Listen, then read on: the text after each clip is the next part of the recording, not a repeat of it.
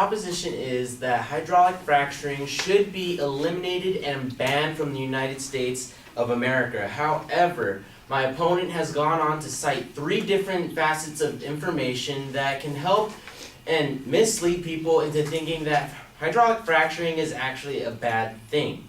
Now, in states like California, people who have natural gas cars are able to drive in the carpool, seeing as that they are committing less to the deterioration of our environment.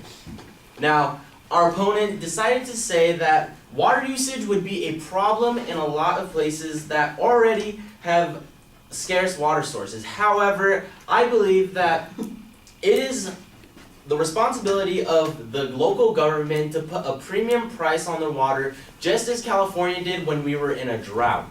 When we were in a drought, I don't know if many of you recall, there were premiums set on water usage once you exceeded a certain level. This principle can still be applied to the hydraulic fracturing industry. So instead of using up all the water and using that as an excuse to ban hydraulic fracturing is not very substantial.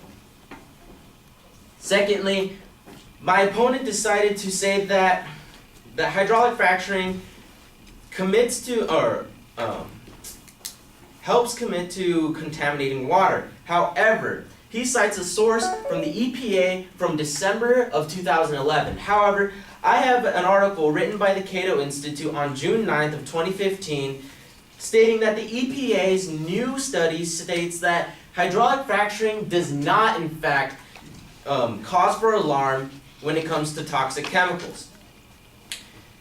The article goes on to state that last week the Environmental Protection Agency released a study that concluded that hydraulic fracturing, so-called fracking of oil and natural gas wells, does not contaminate drinking water except in extremely unusual cases involving improper drilling techniques. The study should reduce the concerns of some of the techniques' vocal critics whose fears have led to the restriction of its use.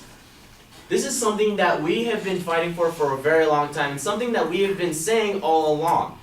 Just because there's a risk to hydraulic fracturing does not mean we need to put a ban on it. However, it just means we need to have more regulation. This article directly supports my thesis and statement saying that putting a ban on hydraulic fracturing is not going to do us any help. In fact, it's going to harm us. Just by simply putting on regulations, it would help reduce like the article stated, the extremely unusual cases involving improper drilling techniques. This seems not a problem of getting rid of fracturing. It means to just regulate it and make sure people aren't using improper drilling techniques. Now, going on to what my opponent states in his third point, stating that chemicals in fracking fluid is poisonous. He goes on to state that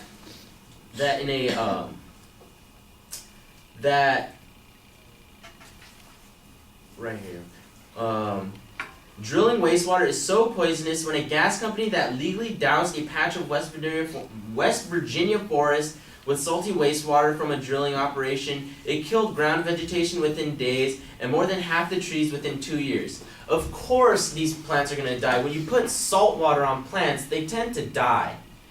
And not only that, he goes on to state that wastewater from fracking has also been linked to livestock and family pet deaths across the country. He goes on to state in his third point how poisonous fracking fluid is and how deadly it is to human health, and how it is even claimed the lives of livestock and family pets. However, he does not go on to state even a hospitalization of a human being associated to fracturing.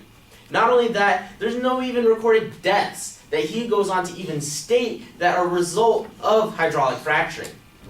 So all in all, we were able to see that, one, water usage would not be a problem if you simply just put a premium price on something. It's simple economics, stating that if there's a demand for something, you just make it more expensive. Supply and demand is a simple solution to this problem.